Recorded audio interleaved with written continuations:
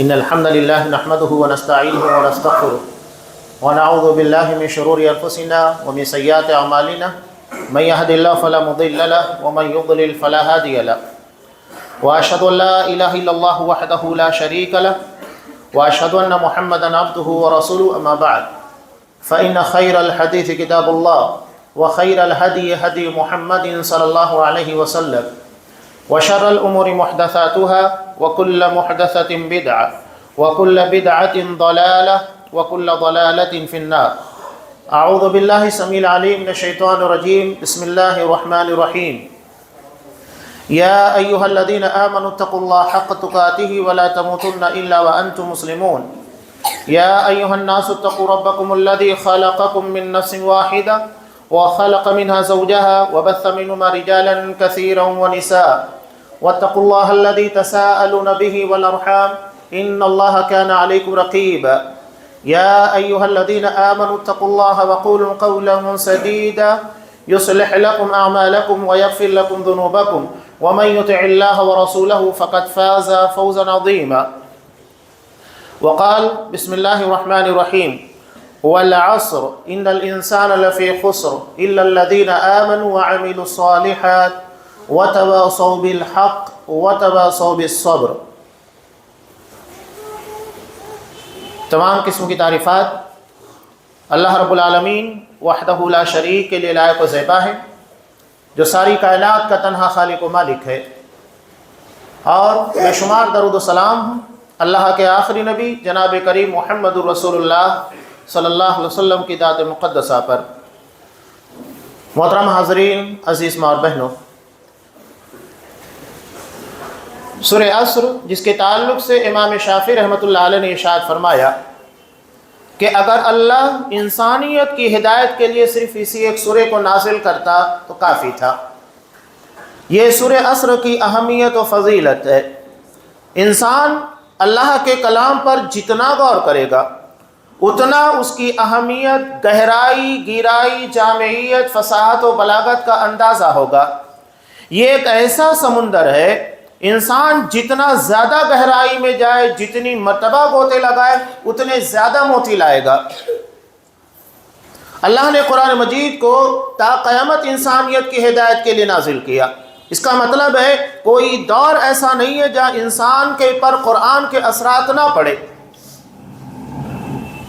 سورہ عصر کی تفسیر سے متعلق سلف میں ایک شخص بیان کرتے ہیں کہ میں نے ایک برف فروش سے جو اپنا برف بیچ رہا تھا، وہ آواز لگا رہا تھا میرا برف خرید لو ورنہ وہ پانی بن جائے گا، اس کی کوئی قیمت نہیں ہوگی. میں نے اس کے ذریعے سورہ عصر کی تفسیر کو سمجھا کہ انسانی زندگی کے ایام بیتتے چلے جا رہے ہیں. جس طرح برف پگھل رہا ہے ہماری زندگی بھی اسی طرح پگھل رہی ہے. اگر ہم نے اسے صحیح وقتوں کے پر، صحیح جگہ کے پر استعمال نہیں کیا تو نتیجہ یہ ہوگا کہ پانی کی طرح ضائع ہو جائے گی اور انسان ہاتھ ملتے رہ جائے گا.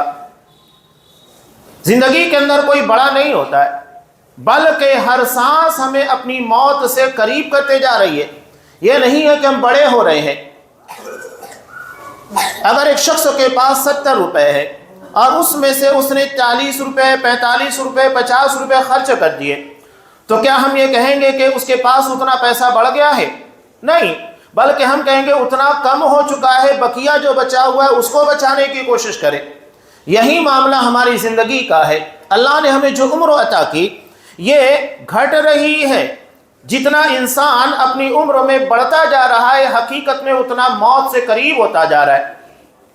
سورہ عصر، اس کے بارے میں اگر آپ غور کریں گے اس کا کوئی لفظ ایسا نہیں ہے جو ہماری عام زندگی کے اندر استعمال نہ ہوتا ہو.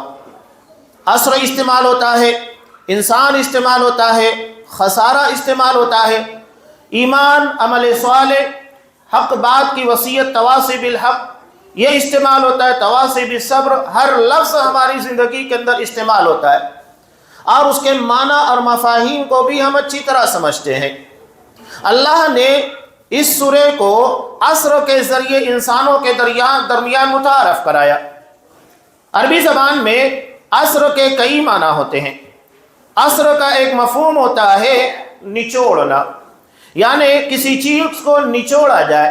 جیسا ہمارے یہاں جوس نکالا جاتا ہے گنے کا، موسمبی کا، دیگر پھلوں کا، ایک مرتبہ اگر اس کو نچوڑ لیا جائے تو یہ دوبارہ اپنے مقام پر کبھی نہیں آ سکتا۔ یہی معاملہ انسانی زندگی کا ہے، ایک مرتبہ یہ نچوڑ لی گئی، جو وقت بیت چکا وہ کبھی لوٹ کر آنے والا نہیں ہے۔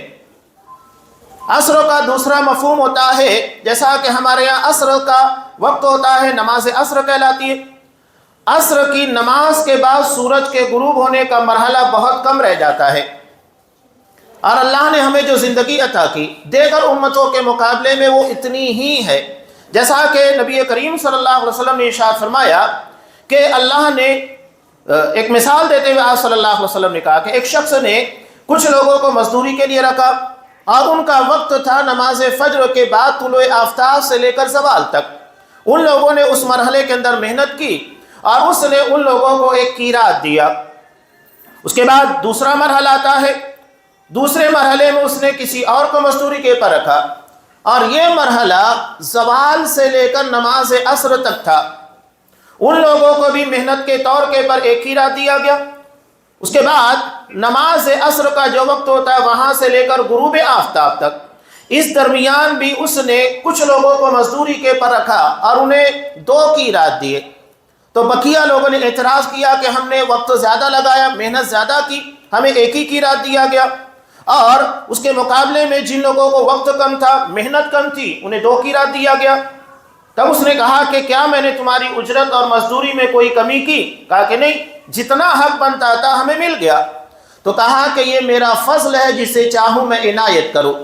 دراصل پہلا مرحلہ جو بیان کیا گیا یہ یہود کا ہے، بنی اسرائیل کا ایک لمبا مرحلہ اللہ نے ان لوگوں کو دنیا میں قیادت و سیادت کیا، انبیاء کا سلسلہ اسی کے اندر رکھا۔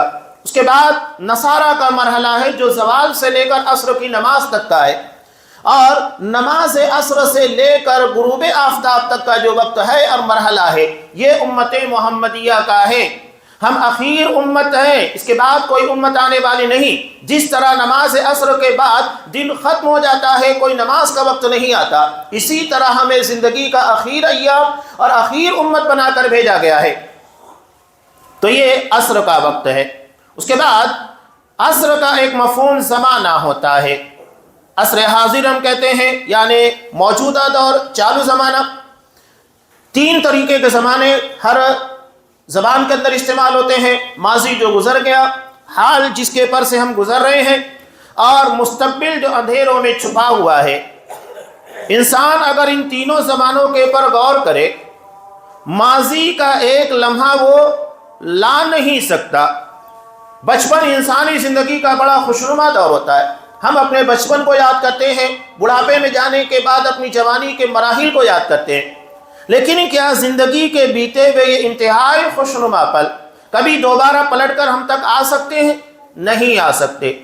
اسی طرح حال جو کہ ابھی زبان سے نکلنے والی باتیں حال سے نکلتی ہے، ماضی میں تبدیل ہو جاتی ہیں، اور مستقبل اندھیروں میں چھپا ہوا ہے۔ کوئی نہیں جانتا کل کیا کمائے گا، اس کی موت کہاں واقع ہوگی، کوئی نہیں جانتا۔ انسان اگر ان چیزوں کے پر غور کرے، ماضی کے ایک لمحے کو لوٹانے کی طاقت نہیں، حال کے پر اسے قدرت نہیں کہ اسے روک سکے، پاؤز کر سکے، اور مستقبل کے بارے میں علم نہیں کہ آنے والا کل کیا ہوگا، کل کیا کمائے گا، زندگی کے حالات کیا ہوں گے۔ انسان اتنا بے بس ہے کہ اسے اپنی ماضی کے ایک لمحے کو لوٹانے کی طاقت نہیں، حال پر قدرت نہیں، مستقبل کے بارے میں علم نہیں۔ اس قدر انسان بے بس اور عاجز ہے۔ تو یہ عصر ہے جس کے بارے میں اللہ تبارک و تعالیٰ نے قسم کھائی۔ قسم کے تعلق سے آپ جانتے ہیں کہ اللہ اگر قرآن مجید میں کسی بات کی قسم کھاتا ہے تو اس کی اہمیت کو جتانے کے لیے ہوتا ہے۔ تو اللہ نے یہاں پر زمانے اور وقت کی اہمیت کو بتایا، اور انسانی زندگی کے اندر یہ بہت معنویت رکھتا ہے۔ انسان کے بارے میں اللہ نے کہا قسم زمانے کی، اور اس کے فوراً بعد کہا کہ سارے انسان خسارے میں ہیں۔ اس کا مطلب کیا ہوا؟ جو وقت کی قدر نہیں کرتے، اللہ کی دی ہوئی زندگی کو صحیح ایام میں استعمال نہیں کرتے، دراصل یہی لوگ خسارے میں ہیں۔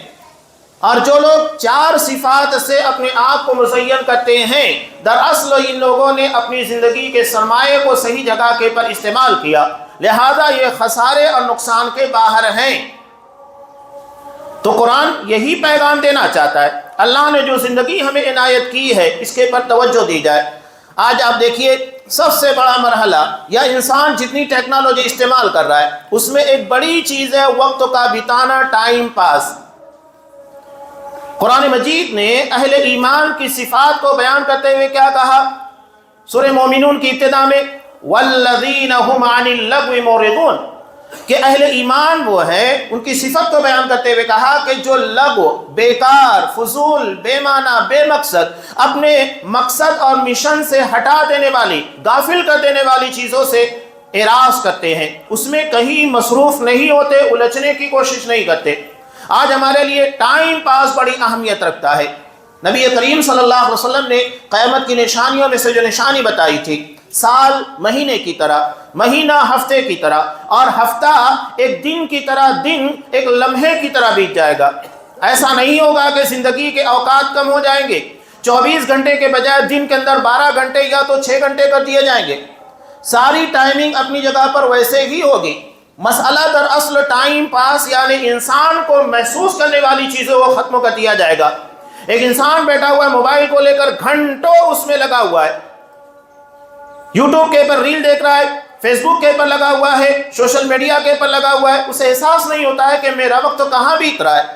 بچے لگے ہوئے گیم کھیلتے ہوئے، نوجوانوں کی پوری ٹیم ایک جگہ بیٹھی ہوئی ہے، گیم کے اندر مصروف ہے، انہیں اپنوں کے وقت کے بیتنے کا احساس نہیں ہو رہا ہے۔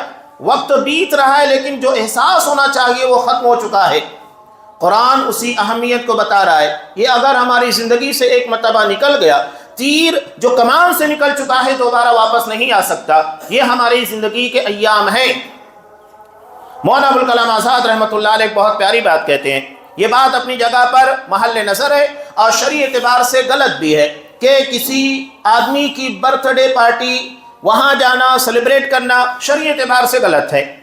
مولانا ابوالکلام آزاد رحمۃ اللہ علیہ کہتے ہیں کہ ایک مرتبہ جب مجھے انوائٹ کیا گیا، بلایا گیا ایک برتھ ڈے پارٹی میں، تو وہاں جانے کے بعد میں نے غور کیا کہ انسان خوشیاں منا رہا ہے جیسا کہ ہمارے ہاں ماحول بن چکا ہے، اور افسوسناک معاملہ یہ کہ مسلمان بھی اس ماحول کے اندر، تہذیب کے اندر ڈھلتا جا رہا ہے، اور اس کلچر کو اپنانے کے بعد بہت ساری کفریہ اور شرکیہ عادتیں بھی اس کی زندگی میں شامل ہوتی ہیں۔ یہ تہذیب اور کلچر کا انسانی زندگی پر بڑا اثر ہوتا ہے۔ نبی کریم صلی اللہ علیہ وسلم کی اس حدیث کو یاد رکھیے، یہ ہمارے نزدیک حدیث کی اہمیت سمجھ میں آئے گی۔ آپ صلی اللہ علیہ وسلم نے جو باتیں بیان کی، کہا کہ تمہارا چولہا کسی غیر مسلم کے چولہے کے سامنے نہیں ہونا چاہیے۔ یہ بات ہمارے نزدیک عجیب لگتی ہے، یعنی غیر مسلم ہمارے سامنے ہو۔ معاملہ یہ ہے کہ جب وہ ہمارے سامنے ہوگا، ہمارے بچے اس کے گھر میں جائیں گے، ان کے بچوں کے ساتھ ہوں گے، نتیجہ کیا ہوگا؟ غیر مسلموں کے اثرات، ان کی تہذیب، ان کا کلچر ہمارے بچوں کے پر اثر انداز ہوگا۔ بہت سارے غیر مسلموں کے علاقے جہاں مسلمان کم تعداد میں ہوتے ہیں، غیر مسلموں کے ساتھ ہوتے ہیں، آپ دیکھ لیجئے ویڈیوز، بلکہ بہت سارے مسلمان گنپتی کے تہوار اور اس کے جلوس میں ناچتے ہوئے نظر آئیں گے۔ کیوں؟ یہ اسی تہذیب اور اسی کلچر کا اثر ہے کہ وہ اپنے عقیدے ساری چیزوں سے ہاتھ دھو بیٹھتے ہیں، انہیں احساس نہیں ہے کہ عقیدہ توحید کی اہمیت کیا ہے۔ تو آپ صلی اللہ علیہ وسلم نے اسی بنیاد کے پر ارشاد فرمایا کہ تہذیب کا، ماحول کا اثر ہماری زندگی کے پر، خاص طور سے بچوں کے پر، نوجوانوں کے پر پڑتا ہے۔ ہمیں اپنا ماحول ایسا رکھنا چاہیے جو اسلامی ہو۔ اس ماحول کے اندر جب ہمارے بچے کی تربیت ہوگی تو یقینی بات ہے ویسے اثرات لے کر وہ جوان ہوگا، بڑا ہوگا، اور اس کے ذہن و دماغ کے پر وہی چیزیں ہوں گی جو اسلام اس کے ذہن و دماغ کے پر چھاپ ڈالنا چاہتا ہے۔ تو آپ صلی اللہ علیہ وسلم نے اس چیز کو بیان کیا۔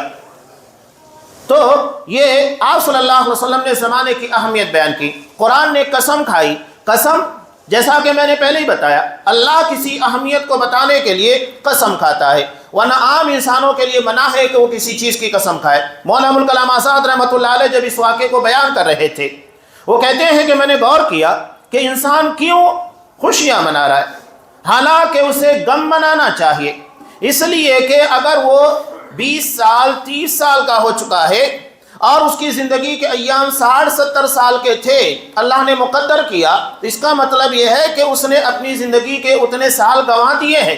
اسے اپنے بیتے ہوئے سال کے پر غم منانا چاہیے، خوشی نہیں۔ آج ہمارے یہاں پر دیکھیے سال نو جیسے ہی 31 دسمبر ہوتا ہے، ختم ہوتا ہے، نئے سال کا آغاز ہوتا ہے، خوشیاں دھوم دھڑاکے اور کیا کچھ نہیں ہوتا ہے۔ حالانکہ یہ ہمارا اسلامی سال نہیں، ہمارا اسلامی سال محرم ہے، اور یہاں جو پیغام سارے لوگوں کو دیا گیا وہ ہجرت کا پیغام دیا گیا۔ ہجرت جس کے بارے میں ہر کوئی اچھے طریقے سے جانتا ہے کہ ہجرت کا مقصد تھا اپنے ایمان، اپنے عقیدے کا تحفظ۔ یہی وہ چیز ہے جو ہمیں اللہ کی جنت تک لے کر جائے گی، اور اس سرمایہ کی حفاظت کرنا ہر مسلمان کی ذمہ داری ہے۔ اور قرآن مجید نے بھی سب سے پہلے نمبر پر جس چیز کو بیان کیا وہ ایمان ہے۔ کون لوگ ہیں جو خسارے اور نقصان سے اپنے آپ کو بچانے والے ہیں؟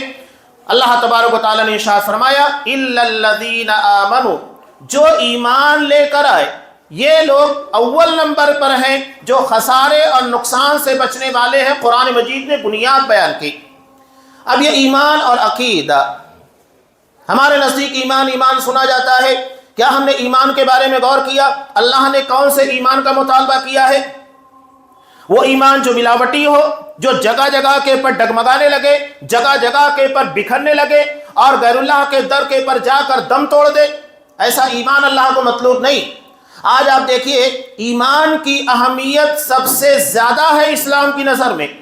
نبی کریم صلی اللہ علیہ وسلم مکہ کی 13 سال زندگی کے اندر اس بات کے پر محنت کرتے رہے، یہی ایمان کے پر، عقیدہ توحید کے پر۔ سورہ انعام جسے سورۃ التوحید بھی کہا جاتا ہے، اللہ نے حضرت ابراہیم علیہ السلام کا واقعہ بیان کیا، اس کے بعد 18 انبیاء کرام کا تذکرہ کیا، اور اسی درمیان میں اس آیت کو ارشاد فرمایا الذین آمنوا ولم یلبسوا ایمانہم بظلم اولئک لہم الامن وہم مہتدون، کہ جو لوگ ایمان لائے اور ایمان لانے کے بعد اپنے ایمان میں ظلم یعنی شرک کی ملاوٹ نہیں کی۔ اس آیت کے نازل ہونے کے بعد اصحاب کرام بہت فکر مند ہوئے، کہا کہ اللہ کے رسول اینا لم یظلم نفسا، اللہ کے رسول کون سا شخص ہے جو اپنے آپ پر ظلم نہیں کرتا؟ جبکہ قرآن مجید نے ایمان کے بعد ظلم نہ ہونے کے بارے میں شرط رکھی ہے کہ جو ایمان لائے اور انہوں نے ظلم نہیں کیا۔ تب آپ صلی اللہ علیہ وسلم نے کہا، جیسا کہ بخاری کی روایت میں اس کی تفسیر ہے، کہا اللہ کے بندو یہاں ظلم سے مراد شرک ہے۔ کیا تم نے قرآن مجید نہیں پڑھا؟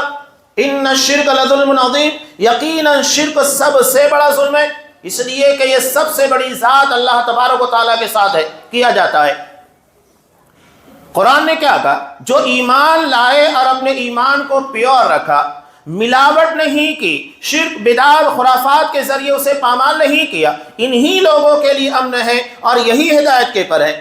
آج ہمارے یہاں پر ایمان جگہ جگہ کے پر بکتے ہیں، کہیں قبروں کے پر بکتے ہیں، کہیں کالے ڈوروں کے پر بکتے ہیں، کہیں پتھر کے نگینوں کے پر بکتے ہیں۔ یہ ہمارا ایمان، جس ایمان کے بارے میں آپ صلی اللہ علیہ وسلم نے کہا کہ جنت تک لے کر جائے گا، جنت تک لے جانے والا اتنا کمزور ایمان یہ کیسے لے کر جائے گا؟ آپ صلی اللہ علیہ وسلم نے اس حدیث کو آپ پڑھیے مسلم کی، کیا کہا؟ المؤمن القوی، طاقتور مومن خیر و احب الی اللہ من المؤمن الضعیف، طاقتور مومن اللہ کے نزدیک زیادہ بہتر اور محبوب ہے کمزور ایمان والے مومن کے مقابلے میں۔ اب یہاں پر طاقتور مومن کا مطلب یہ نہیں کہ جو باڈی بلڈر ہو، جم کھانا جاتا ہو، پہلوان ہو، طاقتور ہو، نہیں۔ آپ صلی اللہ علیہ وسلم نے کہا ایمان کے ساتھ جس کا ایمان طاقتور ہو، جو اپنے عقیدے کے اندر پختہ ہو، اپنے ایمان اپنے عقیدے کو کہیں بکھرنے نہ دے۔ حضرت سمیہ رضی اللہ تعالیٰ عنہ، اللہ نے کیا ایمان عطا کیا تھا، بوڑھی خاتون ہے، ابو جہل نے سارے لوگوں کے سامنے برہنہ لا کر کھڑا کر دیا اور کہا کہ سمیہ تمہیں اپنی جان پیاری ہے تو ایمان پیارا ہے۔ اس نے کہا کہ نادان تو نے بڑی آسان چیز کا مطالبہ کیا، اگر ہمیں اس ایمان کے تحفظ کے لیے 100 جانیں دی جائیں ہم 100 جانوں کو قربان کرنے کے لیے تیار ہیں، لیکن ایمان کی سودے بازی نہیں کریں گے۔ آج مسلمان در در کے پر اسی ایمان کی سودے بازی کرتا ہے، جس ایمان کے بارے میں اللہ نے کہا جنت تک لے کے جائے۔ اسی ایمان کی بنیاد پر حضرت عمر فاروق نے کہا اللہ نے ہمیں اسلام عقیدہ توحید کی بنیاد پر عزت دی، اگر ہم چاہیں گے کہ اس کو چھوڑ کر کسی غیر جگہ پر اسلام کے علاوہ سے عزت حاصل کرنا چاہے ذلیل ہوں گے، رسوا ہوں گے۔ ہماری عزت سرفرازی عقیدہ توحید کی بنیاد پر ہے۔ یہی وجہ ہے کہ آپ دیکھیے گا نبی کریم صلی اللہ علیہ وسلم دیگر سارے انبیاء اپنی دعوت کا آغاز عقیدہ توحید سے کرتے ہیں۔ آپ صلی اللہ علیہ وسلم کے سامنے عقیدہ توحید کے بارے میں کتنی باتیں آئی، سودے بازی کرنے کی کوشش کی گئی کہ آپ ہمارے معبودوں کے خلاف نہ بولیے، ہمارے کفر، ہمارے شرک کے بارے میں مت بولیے، ہم آپ کے سامنے سودے بازی کے لیے، مصالحت کے لیے تیار ہیں۔ آپ صلی اللہ علیہ وسلم تیار نہیں ہوئے۔ یہ اصل چیز ہے، اصل سرمایہ ہے، اور اسی کو قرآن مجید نے کہا کہ اِلَّا الَّذِينَ آمَنُوا، جو ایمان لے کر آئے۔ اس کے بعد قرآن مجید کہتا ہے وَعَمِلُوا الصَّالِحَاتِ، جو عمل صالح کرنے والے ہیں۔ عمل صالح بالکل آسان تعریف، میں اکثر کہا کرتا ہوں، شیخ مختار ندوی رحمہ اللہ اس کی تفسیر بیان کرتے بڑے آسان لفظوں کے اندر کہا کرتے تھے، حکم اللہ کا، طریقہ رسول اللہ کا، یہ عمل صالح ہے، یعنی اللہ کے حکم کو نبی کے طریقے کے مطابق بچا لانا۔ ورنہ کیا مشرکین مکہ حج نہیں ادا کرتے تھے، عمرہ نہیں کرتے تھے، نماز نہیں پڑھتے تھے، سب کرتے تھے۔ اس کے بعد بھی قرآن مجید کہتا ہے قُلْ يَا أَيُّهَا الْكَافِرُونَ، کہو اے کافرو، جو نماز پڑھنے والے، روزہ رکھنے والے، اس کے بعد بھی قرآن مجید ان کو کافر کہہ رہا ہے۔ کیوں کہہ رہا ہے؟ اس لیے کہ ان کے ایمان، ان کے عقیدے کے ساتھ ساتھ طریقہ بھی اسلام اور نبی کے طریقے سے ہٹا ہوا تھا۔ نماز کے بارے میں قرآن مجید نے کہا سورہ انفال میں وَمَا كَانَ صَلَاتُهُمْ عِندَ الْبَيْتِ إِلَّا مُكَاءً وَتَصْدِيَةً، کہ ان لوگوں کی نماز کعبۃ اللہ کے پاس سیٹیاں بجانا اور تالیاں بجانا تھی، اسے وہ نماز کہتے تھے۔ اور آج بھی مسلمانوں کے درمیان کلمہ گو جو اپنے آپ کو کلمہ توحید کا علمبردار سمجھتا ہے، کلمہ توحید ادا کرتا ہے لیکن اس کے معنی اور مفاہیم کو سمجھتا نہیں، یہ بھی اپنی عبادت سما قوالیاں، اس میں یہی ہوتا ہے کہ تالیاں بجائیں گے، سیٹیاں بجائیں گے، عجیب و غریب طریقے کی عبادت جو نبی کریم صلی اللہ علیہ وسلم کی سنت سے میل نہیں کھاتی۔ آپ صلی اللہ علیہ وسلم نے حج کے بارے میں کہا خُذُوا عَنِّی مَنَاسِکَکُم، مجھ سے حج کے طور طریقے سیکھو، میں تمہیں بتاؤں گا اللہ نے عبادت کا طریقہ تمہارے پر کیسے فرض کیا۔ نماز کے بارے میں کہا صلوا کما رأیتمونی اصلی، نماز ویسے ہی پڑھو جیسے مجھ کو پڑھتے ہوئے دیکھا ہے۔ تو یہ آپ صلی اللہ علیہ وسلم نے حکم دیا۔ اگر عبادت اپنی من مرضی جیسے جی چاہتا ہے کرنا تھا تو نبی کو بھیجنے کی ضرورت نہیں تھی۔ نبی کو بھیجا اسی لیے گیا کہ اللہ کے حکم کو نبی کے طریقے اور نبی کی سنت کے مطابق بچا لایا جائے۔ یہ بے معنی بے حیثیت نہیں ہے۔ اگر کوئی اس سنت کو فالو نہیں کرتا، آپ صلی اللہ علیہ وسلم نے کتنی پیاری بات کہی، بخاری کی روایت، ہمارا بچہ بچہ اس حدیث کو جانتا ہے۔ آپ صلی اللہ علیہ وسلم نے کیا ارشاد فرمایا، من اطاعنی دخل الجنہ، جو میری اطاعت کرے گا، میرا کہا مانے گا، میرے کہے کے مطابق اعمال بجا لائے گا، جنت میں جائے گا۔ ومن عصانی فقط ابا، اور جو میری نافرمانی کر رہا ہے وہ جنت میں جانے سے انکار کر رہا ہے۔ یقینی بات ہے کہ آپ دنیا کے اندر کسی بھی انسان سے پوچھئے، مسلمان غیر مسلم، اس سے کہیے کہ کیا تو جنت میں جانا چاہتا ہے، وہ کہے گا کیوں نہیں، جنت میں جانا چاہتا ہوں۔ بلکہ غیر مسلم بھی مرنے والے کے بارے میں کہتے ہیں سورگ واسی، یعنی وہ جنت کا باشندہ بن چکا ہے، حالانکہ وہ جنتی نہیں ہے۔ جنت اللہ نے ایمان کی بنیاد کے پر رکھی ہے، ایمان کے بغیر جنت میں داخلہ نہیں ہوگا، یہ ان کا عقیدہ، ان کا سوچ اور ان کی آستھا اپنی جگہ پر۔ تو یہ واضح طور پر کہا ایمان کے بغیر جنت میں داخلہ نہیں ہوگا۔ تو آپ صلی اللہ علیہ وسلم نے کہا کہ جو انکار کرے، انکار کون کرے گا؟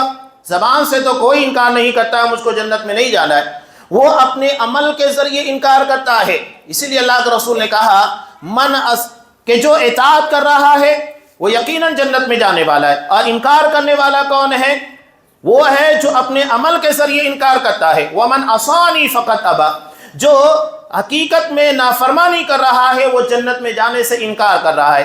یہ واضح طور پر آپ صلی اللہ علیہ وسلم کی حدیث، آپ کی سنت کی اہمیت، آپ کے طریقے کی اہمیت۔ امام ابو داؤد رحمۃ اللہ علیہ نے ایک روایت کو نقل کیا ابو بردہ بن نیار رضی اللہ تعالیٰ عنہ سے متعلق، انہوں نے قربانی کی نبی کریم صلی اللہ علیہ وسلم کی قربانی سے پہلے۔ جب آپ صلی اللہ علیہ وسلم نماز کے لیے نکلے تو دیکھا یہ اپنی بکری کو ذبح کرنے کے بعد لوگوں کے درمیان تقسیم کر رہے۔ کہا کہ ابو بردہ یہ کیا ہے؟ کہا کہ قربانی ہے۔ میرے قریب میں رہنے والے لوگ غریب تھے تو میں نے فوری طور کے پر بکری کو ذبح کیا تاکہ اطراف کے لوگوں کو گوشت مل جائے۔ نیت بہت اچھی، لیکن مسئلہ آپ صلی اللہ علیہ وسلم کی سنت کا ہے۔ آپ نے کہا کہ جو شخص ہمارے ساتھ نماز پڑھے، نماز پڑھنے کے بعد قربانی کرے، اس نے حقیقت میں اضحیہ یعنی قربانی کی سنت کو ادا کیا۔ کہا تو اس کی جگہ دوسری قربانی کرو جو نبی کی سنت کے مطابق نہیں تھی، آپ نے اسے عام ذبیحہ کرا دیا۔ یہ ہے آپ صلی اللہ علیہ وسلم کی سنت کی اہمیت۔ انسان ایمان اور اس کے بعد نبی کی اطاعت، ان دونوں چیزوں کے پر سب سے زیادہ توجہ دے، یہی ہمارا اصل سرمایہ ہے۔ اور جب ان چیزوں کے مطابق انسان عمل کرنے لگ جائے، یقینی بات ہے کہ مشکلات اور پریشانیاں بہت آئے گی۔ آگے دو چیزیں جو قرآن مجید نے بیان کی، تواصی بالحق اور تواصی بالصبر، یہ دونوں اپنی جگہ پر معنی رکھتی ہیں، اس لیے کہ حق بات کی وصیت یہ نہیں کہ آپ دین کو سمجھ گئے، آپ کو اللہ نے بہت علم دیا، دین کے مطابق چلنے لگے تو اسے اپنے تک محدود رکھیے۔ یہ مت سمجھیے کہ اللہ کی جنت بہت چھوٹی ہے، اگر میں کسی اور کو دعوت دوں گا، کوئی اور شرک سے توبہ کر لے، ایمان کے راستے پر آئے تو جنت میں جانے کے لیے جگہ کم پڑ جائے گی، نہیں، بلکہ جتنا ممکن ہو سکے حق بات کی وصیت کرنے، لوگوں تک پہنچانے کی کوشش کرنا چاہیے۔ ایک دوسرے کو تلقین کی جائے جو حق ہم نے سمجھا ہے، اور حق قرآن و حدیث کو کہا جاتا ہے، والذین آمنوا بما نزل علی محمد وهو الحق من ربهم، کہ جو لوگ ایمان لے کر آئے جو محمد صلی اللہ علیہ وسلم پر نازل ہوا وہی حق ہے، جو آپ صلی اللہ علیہ وسلم پر نازل ہوا اس کے علاوہ کوئی حق نہیں، سب باطل ہے۔ جو آپ کے پر قرآن و حدیث کی شکل میں نازل ہوا، اور اس کے بعد چوتھے نمبر پر بیان کیا تواصی بالصبر، ایک دوسرے کو صبر کی وصیت کرنا۔ صبر دین کے پر جمے رہنے کا نام ہے۔ مشکلات پریشانیاں بہت آئے گی، یہ نہیں کہ حالات کا مقابلہ نہ کرتے ہوئے آپ مرتد بن جائے، اسلام کے خلاف ہونے لگے، جیسا کہ 100 مسلم نام کا فتنہ ہمارے سامنے، نہیں، یہ جمنا ہے۔ آپ صلی اللہ علیہ وسلم نے کہا کہ جو ایمان کی لذت کو ایک مرتبہ پا لے گا وہ کبھی کفر کی طرف نہیں لوٹے گا۔ اگر اسے قتل کر دیا جائے، آگ میں جلا دیا جائے، گوارا کرے گا، لیکن کفر کی طرف جانا گوارا نہیں کرے گا۔ اور اصحاب کرام نے اسی لذت کو پایا تھا، تبھی مسکراتے ہوئے اللہ کی راہ میں اپنی جان قربان کرتے تھے۔ اور یہ لذت کب حاصل ہوگی؟ جب ہم ایمان کی اہمیت کو سمجھیں گے اور اس کی ساری تفاصیل جو عقائد کی بنیاد کے پر رکھی گئی اس کو سمجھیں گے، تب یہ ساری لذتیں اور ایمان کے پر استقامت کا حوصلہ ہمارے اندر پیدا ہوگا۔ بنیادیں مضبوط ہوگی تو یقینی بات ہے کہ ہوا، آندھی، طوفان کتنی بھی رفتار کے ساتھ آئے، یہ جھاڑ کو کبھی اپنی جگہ سے اڑا نہیں سکتے، اس لیے کہ بنیادیں مضبوط ہیں۔ جن کی بنیادیں مضبوط نہیں ہوتی ہے، ذرا سے ہلکے سے جھونکے کے اندر اچھل جاتے ہیں، اڑ کر کہیں چلے جاتے ہیں۔ یہ ہماری مضبوط بنیادیں ہیں، ان بنیادوں کو مضبوط کرنا سیکھیے جو ایمان اور عقیدے اور نبی کی سنت اور آپ کی اطاعت و فرما برداری کے اندر ہے۔ اللہ تبارک و تعالیٰ سے دعا ہے اس پیغام کو سمجھنے کی توفیق دے جو اللہ نے ایک مختصر سی سورہ کے اندر پوری انسانیت کے نام رکھا ہے، اور زمانے وقت کی قدر کرنا سیکھیے، اسے ایمان، اطاعت، فرما برداری، حق بات کی وصیت اور دین کے پر جمے رہنے پر لگائیے، یہی ہمارا اصل سرمایہ ہے۔ ایک بات یاد رکھیے، اللہ نے ہمیں دنیا کے اندر دارالامتحان کے اندر بھیجا ہے، آزمائشیں ہوگی، ہر کسی کی آزمائش اس کے ایمان کے بقدر ہوگی، جیسا ایمان ہوگا ویسی آزمائش ہوگی، آزمائشیں طے ہیں۔ یہ بات اپنے ذہن و دماغ کے اندر بٹھا کر رکھیے، جب یہ بات ہمارے ذہن و دماغ کے اندر پختہ ہوگی، کتنے بھی فتنے آئے یہ ہمیں اپنی جگہ سے ہٹا نہیں سکتے۔ اللہ تبارک و تعالیٰ سے دعا ہے کہ ہمیں اپنے وقت اور اللہ نے جو مہلت ہمیں دنیا کے اندر عنایت کی ہے اس کا صحیح استعمال کرنے کی توفیق دے، ہر قسم کے لغو کاموں سے جو ہمیں اپنے مقصد حقیقی اور جنت میں جانے والے راستے سے بھٹکا سکتا ہے، ان تمام فضولیات سے محفوظ رہنے کی توفیق عنایت فرما، آمین۔ بارک اللہ لنا ولکم فی القرآن العظیم ونفعنی وإیاکم بالآیات والذکر الحکیم، انہ تعالی جواد کریم ملک برؤوف رحیم۔